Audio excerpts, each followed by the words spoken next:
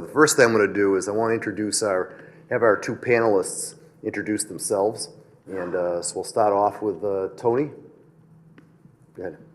My name is Tony Tate. I'm with Panduit Corporation, and we are a communications company in the way of physical layer.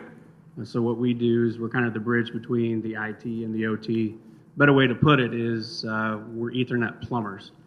So we make sure everything's connected and help have products for that. And I challenge you, as you're deploying more Ethernet and going through the convergence of IT and OT, to think about not only the logical layer as you're doing the designs and the deployment, but making sure that your physical layer is adequate in matching what you're trying to do. Because you can have the Lamborghini, but if you don't put the right engine in, it's not going to run well, and vice versa. Okay. Kurt? I'm Kurt Anderson. I'm a senior project manager for Stone Technologies. We're a systems integrator from St. Louis. I'm based out of Minneapolis. I was the one who architected the clean coal system, and it was really kind of interesting how we landed in that clean coal project. The local Rockwell distributor in St. Louis was called just to ask about how to move some data from the historian into a relational database. And we started asking questions, and Clean Coal started to learn that they didn't really understand the product that they had and all the power of the Rockwell stack that they had under the hood. So as we started to talk to them, really their architecture changed from top to bottom. And we re-architected everything, changed the way they did business with their information, and really started to give them a common language from each plant up through their operations in St. Louis and into Denver. Okay, great. If anybody has any questions, please raise your hand, and Alan from ARC is I have the mic, so we'll start off. This is for Pete. Are you, or I guess at what point are you concerned with IPv6?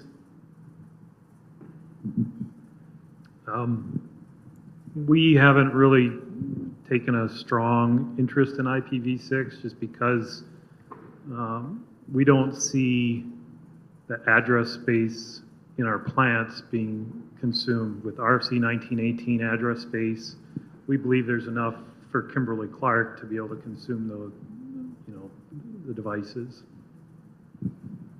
Now, Lee, is that something? You wouldn't be putting individual devices out there on the internet. We would have a gateway of sorts in the way that would secure that communication. We would not have devices directly on the public network.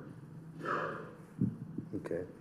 As a follow-up, Lee, is that something that has come up at Owens Corning?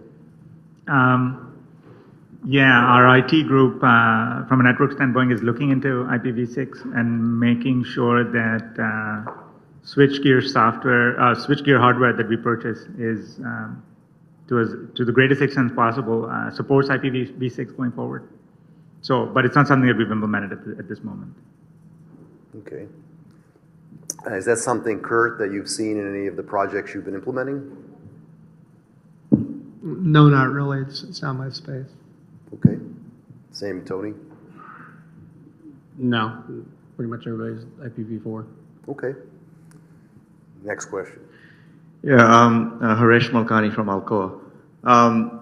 This is for the three presenters. It wasn't clear to me if you were stating that in your organizations, IT and OT are the same group.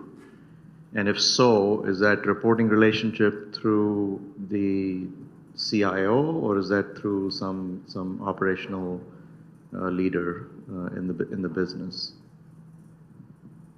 From a Kimberly-Clark perspective, there is not a single organization. I'm part of the IT organization. We are under the CIO. The OT teams are within each business unit, so there are multiple layers of support that exist, but from a perspective of supporting that environment, the IT organization was given the charter to build a team that can help, and that's where we are. Okay. Any follow-up? Yep. Okay.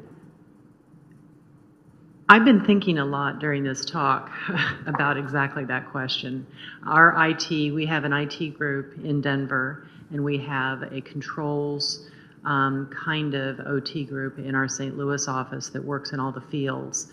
And then Stone Tech does a lot of work for us. But I think your question is very good, and I think it's one that I need to take back to our organization and think about how to do a better job of that conversion. And I think there is an organizational element to it. I sat in briefly on another session where they talked about the organizational element, the reporting chain. And I think that there are better ways to do it than we do it. And it's certainly worthy of additional thought and consideration. Okay. You know, one person I'd like to have comment on that is our sixth panelist, Brian Radner from AT&T. And just if you could, Brian, introduce yourself, and then at the same time see if Sure, I thought you'd never get to it. Just kidding. I'm Brian Radmer. I'm with AT&T. I represent the Industrial IoT organization. You may have seen Mike Triano in the executive panel today, so I'm part of Mike's organization. And having come from, as a young engineer, cutting my teeth in the industrial space, my charter here at AT&T is really to cover this exact topic. I straddle the line, having lived on the operational side for a number of years, now at AT&T, trying to draw a practical view to both sides. And so I come at it from a bit of a different perspective. Obviously from AT&T, we, as it pertains to this IoT discussion, we are having a lot of discussions these days with global manufacturers, not so much about the production environment. That space is already very well served inside the four walls, but just as relevant as what's going on within those operations outside the four walls. Supply chain and distribution, enhanced service, true multi-tenant environments, whether you're manufacturing a durable good that you want to service, you want to access and service, or whether it's a commodity good, nitrogen or hydrogen, that you have to monitor and bill for. So it's all relevant. Just coming at it from a bit of a different perspective, we are not here necessarily to address the process control space as it pertains to many of these very good discussions, but we're here to complement those other areas that are non-traditional. When people think about the word manufacturing and production, they think of a factory or production floor. We're covering all of those other points. In the true sense of the term IoT, how can we provide that link between that OT world, ultimately, and with our secure best practices, linking that into the IT world. And what I have found, part of my job is to be in the field with the operations guys. The other slice of my job is to be with the IT guys, to have it make sense to them. And what we have found, and I've seen both sides, and I would share in my experiences in dealing with the customers that I do, it boils down to people. It boils down to awareness and perception and understanding of, yes, there are different terms and both sides come from different places, but I would draw the parallel, if any of you remember 15 or so years ago when IP telephony was a new term. And if you remember what happened when the IT people would sit in the room with the telephony people, it was ugly, right? It's the same thing happening here. That worked itself out. This will eventually work itself out, but it does take the people, and it has to be driven from the top down, and it's an effort in awareness and education. Yeah, we used to call it the Civil Wars at yes. ARC. We'd go to the plants and watch the Civil Wars. Usually the North was IT and the South was OT. Any other questions from the audience?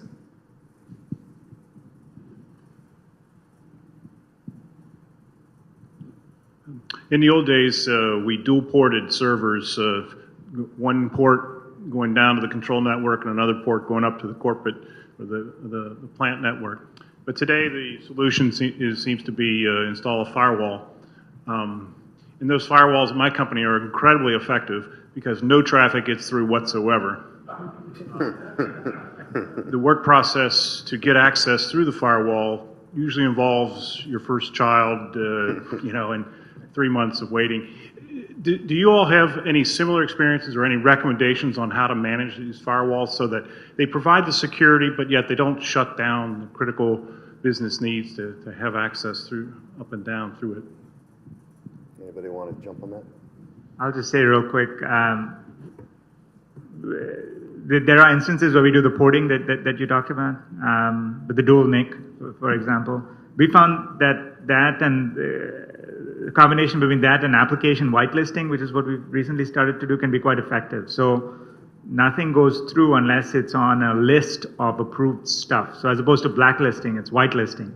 And that tends to be, we've seen quite some benefit from that. We've only been doing it about a year. The Mosaic organization at Kimberly-Clark resulted from the complexities of trying to install new firewall rules into a legacy environment. It became so difficult because firewall rule would permit something, and new system needed to go in place on that same network, and they needed something else. And then you talk with a security resource, and they would say no. And you would describe why this is important from a business perspective. Hey, we're going to make money, and they would say no. And so the principal reason we built the Mosaic environment was to build a common set of rules for firewalls that would enable our business to be flexible, so that within and we built the environment to make sure that the enterprise was secure from the plant floor and vice versa. And so that entire environment was built to resolve that issue. And so the concept of the multi-tenant servers living on multiple networks is a no, because the controls within the servers can turn themselves into gateways and routers, and so now you just have a vulnerable pathway that security organizations cannot trust. So the firewalls and the control of those rule sets are really the things that people want to keep their hands on. I think the key is understanding your environment and understanding your application requirements, and we did that early on and set up so that our data collectors, those things that need to provide data into our dashboard products to be able to look at and see what production was made, those were just natural parts of the firewall policy, so that we set that up a long time ago, and it's never been an issue since. Anybody else in the panel want to comment? Well, if we talk specifically about the clean coal one, luckily we didn't run into any of the problems because it's all a Rockwell system. Everything runs through factory talk directory. All the ports are known. All the information is flowing upstream in one direction. And so anything we asked for with their IT people, the answer was always yes. So I unfortunately don't have any war stories to tell from the clean coal side. Okay. Go ahead, Bob.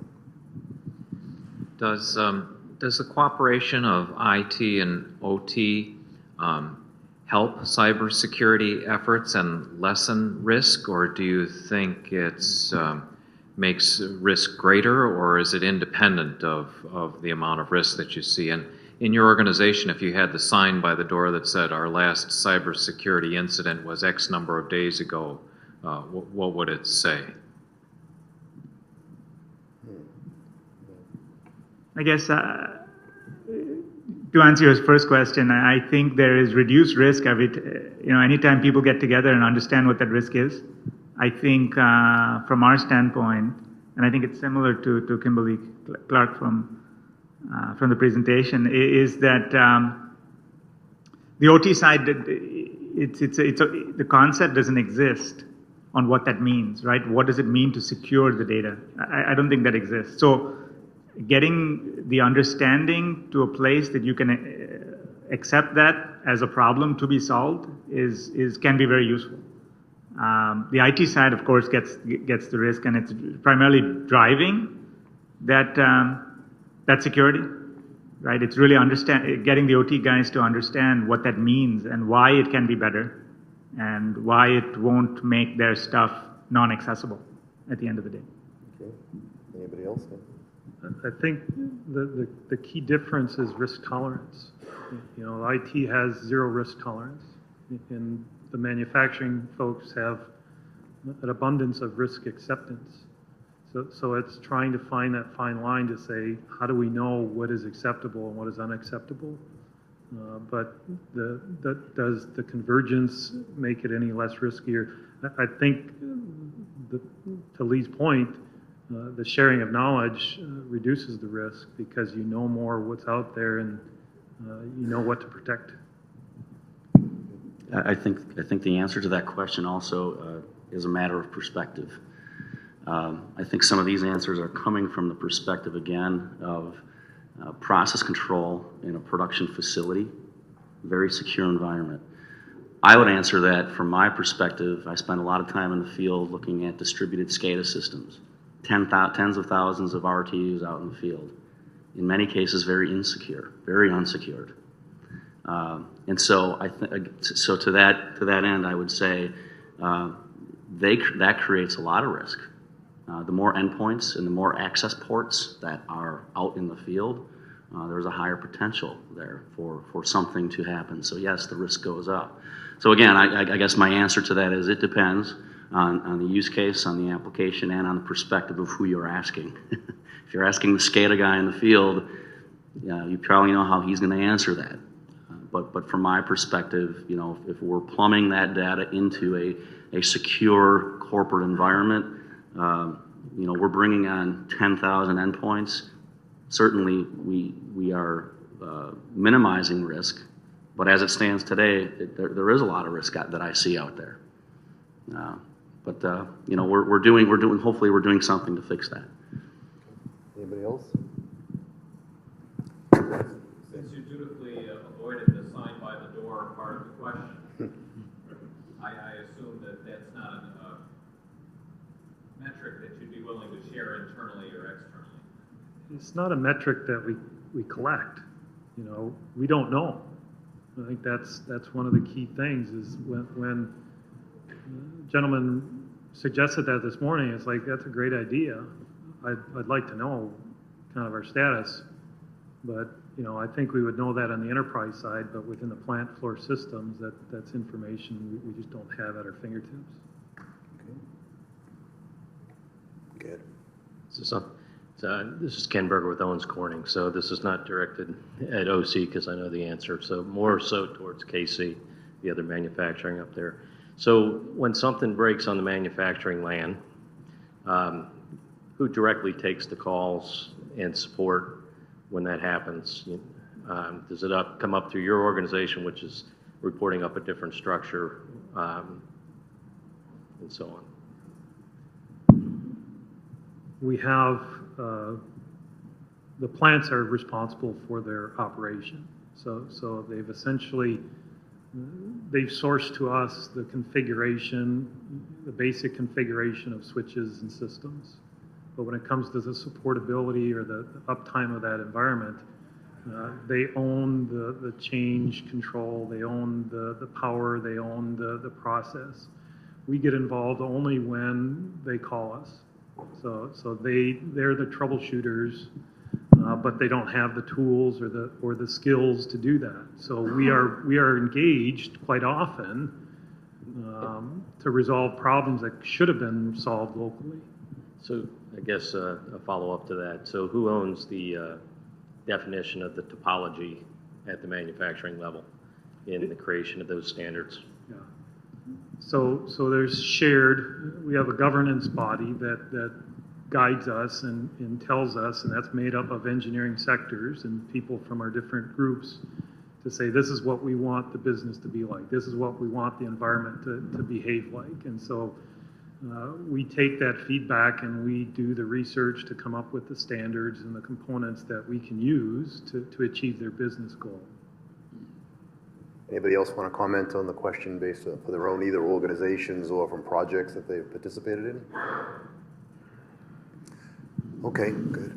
Charlie Green with Aramco Services Company. This question is for the entire panel. Have any of you placed the servers that support the manufacturing operations management functionality below the firewall, or do you still all have it above the firewall? Well, in the clean coal environment, because it's so distributed, everything actually lives in an offsite data center, and they're all above the firewall. Anybody else? In our case, it depends on the business unit, but we have both. Most of our servers that run the machines or are collecting data from the machines are within the machine network, so they're below the firewall. There are some systems, reporting systems that are those dashboards are above the firewall. Follow up. Just to follow up, I'm talking about the software that's a level in between the process control system and your ERP. So it's that mid-level software. So then we have DMZ zones where we place those so that we can have a chance to scan the data before it gets into ERP. Okay. Any other questions? I think my go ahead.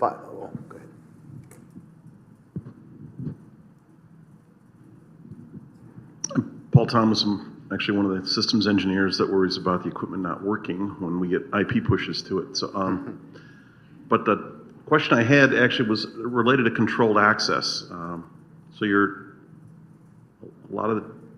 were several comments up there about remote support to systems in there. And I'm just curious what your method of providing remote access is. Is this a direct connection in through an authentication through a server or a firewall system? Or are you using a human in the loop kind of thing? I've done that where you might do a remote desktop connection and have somebody dial in so you've got a person in between the two to monitor what's going on. Or something else. For Kimberly-Clark, we have multiple systems for remote access. Primary mechanism for a remote vendor to come in is through our Citrix platform. So we have a Citrix platform that they would authenticate against. It requires one identity. Then they'll come through into a terminal server within our Mosaic environment, which requires a second identity. And then from there, they would have access to be able to get to any number of computers, but all of that is controlled via Windows Active Directory users and groups. So they're given access based upon what is required.